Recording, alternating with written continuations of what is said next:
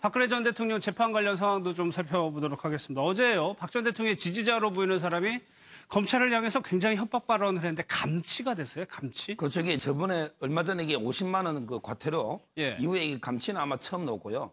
제가 보기에 이분은 뭐 재판이 끝났다고 생각해서 아마 이게 검사한테 가서 막 고함치고 이런 식으로 이게 욕설 비슷하게 예. 했는데요. 항상 이 그 법정 모독이라는 것은 재판 전이나 후나 또 이게 법정 밖이나 심지어 이 법원 밖에 있잖아요. 정문. 예. 이런 데서 이게 막 시위하고 데모하는 것도 이게 법정 모독죄가 될 수 있고요. 따라서 이게 재판이 끝났다 해도 예. 얼마든지 이게 다 퇴정하기 전에 하는 건 이게 감치 사유가 되고요. 예. 저는 이게 아마 카메라도 이게 4대 더 설치하고 아마 이 체정을 강화한다 하는데 앞으로 이게 그 재판이 결심이 다가올수록 더 이런 게 심해질 거라고요. 예. 따라서 이에 대해서 아마 법원에서 철저하게 대책을 세우고 또 이게 만약에 불상사가 없도록 더 이게 그 처벌도 강화해야 된다 봅니다. 서 변호사님 말씀하신 것처럼 지금 법원에서 체증용 카메라라고 해가지고 그거를 설치했음에도 불구하고 계속적으로 경고를 줬었거든요. 그렇죠. 그럼에도 불구하고 저렇게 지금 이거는요, 제가 볼 때 뭐라고 얘기했냐면 재판 검사들이죠. 검사들한테 뭐라고 얘기했냐면 너흰 총살감이다. 이렇게 예. 얘기를 했대요. 이게 말이 됩니까?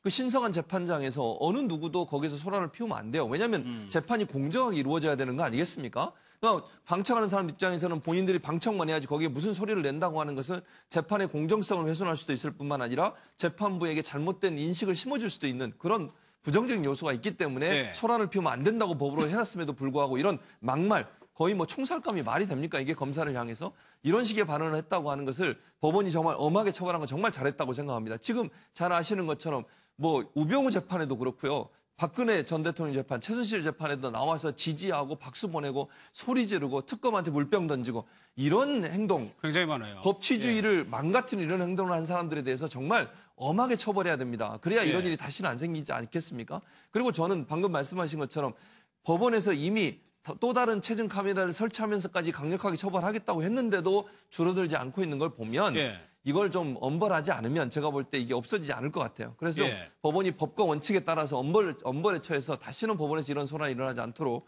해야 될 필요가 있다는 생각이 듭니다. 아니 근데 서 변호사 이게 형사처벌까지 더 강한 것도 가능합니까? 그렇죠. 이게 뭐 좀 더 지금은 제가 보기에 검사인데 요 정도 말을 가지고는 뭐 공갈이나 예. 협박까지는 좀 안 될 것 같긴 해요. 요 정도는 이게 감시인데 만약에 좀 더 나아가서 폭력으로 나아가거나 또 이게 구체적인 해악을 고지하면요. 그건 이게 공갈이나 협박이 될 수, 협박죄가 될 수 있는 거고 예. 따라서 이게 또 폭력이 될 수도 있는 거고 예. 현재까지는 이게 감치지만 좀 더 나아가면 더 심한 처벌로 할 걸로 보입니다. 글쎄요, 재판장에서 이렇게 한다는 게 그때 TV 중계 때문에 그게 재판관의 심리에 영향을 미치니 많은 일을 했지만 사실 이런 얘기를 면전에서 듣는 게 오히려 더 심리적인 위축감이 들 수 있거든요. 굉장히 위축이 되죠. 그렇게 뭐 천벌을 받는다든지 뭐 이런 심한 얘기를 들으면 예. 사람이 영향을 안 받겠어요. 예. 그러니까 재판정은 법률에 의해서 판단할 수 있도록 죄형 법정주의가 그거 아니겠어요? 예. 법률에 의해서 냉정하게 판단할수록 해야 되는데 누가 억울하다는 입장에서 저렇게 막 소리 지르고 삿대질하고 하는 거는 예전에 뭐 특검 그한테 물병도 던졌잖아요. 그랬죠. 예, 예. 그 검사한테도 그렇고 재판정에서 하는 거는 제가 보니까 정말 어떻게 보면 잘못된 일이다. 예. 이번에 그 국정농단 이후에 우리나라에서 여러 가지로 좀 우리나라 법률이나 기초 질서를 무시하는 이런 행동들이나 이런 게 너무 많이 나왔어요. 그래서 새 정부에서 이제 공권력 확보라는 차원에서 저런 법원에서도 저런 거를 좀 엄히해야 되고 예. 지금 뭐 광화문이나 청와대 앞에나 뭐 이렇게 불법적으로 점거하는 거 모든 거를 아마 좀 바로 좀 세우는 이런 좀 계기가 좀 됐으면 합니다. 어떻게 보면 그 문재인 정부가 이런 거는 더 하기 좋잖아요. 예. 이제 그 촛불 집회의 힘을 얻어서 얻은 정부가 과감하게 이런 걸 할 때 그거를 누가 지탄하겠습니까, 국민들이. 법정도 똑바로 해야 되고 다 공권력도 다 똑바로 좀 해야 된다 이렇게 생각이 듭니다. 네. 어제 오랜만에 최순실 씨가 이제 질의를 진지수 전자 과장에 대해서 얘기를 했어요. 최순실 씨 얘기는 뭡니까? 그 보고서 때문에 괜히 누명을 쓰였다는 건가요? 그렇죠. 이게 아마 그런 주장인데요. 예. 제가 보기에는 이게 어제 진술을 면밀하게 보면요. 결국에 보고서 올렸는데 바로 박은호 그 전무한테 가서 그랬죠. 바로 이게 보고된 거 아닙니까? 근데 최순실도 진재수 과장을 이게 참 나쁜 사람이라 그러고 대통령도 이게 참 나쁜 사람이라 했거든요. 예. 근데 이 부분이 대통령하고 최순실이 공범으로 직권남용죄예요. 왜냐면 이게 1급 공무원은 직권남용이 안 되지만 예. 신분보장이 이 사람은 이게 직업 공무원이잖아요. 근데 이 사적으로 어떻게 보면 이게 공무원 관계에서 종료시켰기 때문에 예. 이게 직권남용 재판이 되고 아마 이 부분은 제가 어제 정언을 보니까 상당히 최순실이나 박 대통령한테 불리하게 작용할 수 있는 거고요. 예. 지금 이게 재판을 제가 들어보면 박 대통령은 거의 뭐 대부분 처음부터 끝까지 조는 경우가 많아요. 별로 이게 말씀이 전혀 없고 전혀 이게 별로 관심이 없진 얘기를 안 하고 않겠지만 있죠. 변호인 이야기를 들어보면 처음부터 끝까지 조는 경우가 많은데 예. 최순실 혼자서 계속 이게 열심히 막 질문도 하고 제가 보기에 변호사가 있는데 피고인이 직접 이렇게 질문에 나서는 경우는 상당히 이례적입니다. 예. 따라서 이게 혼자 적극적으로 재판에 임하고 있는데 아마 이게 어차피 박 대통령은 정치적 재판으로 사면 이런 예. 걸 생각할 거고 최순실에게 전혀 그게 불가능하잖아요.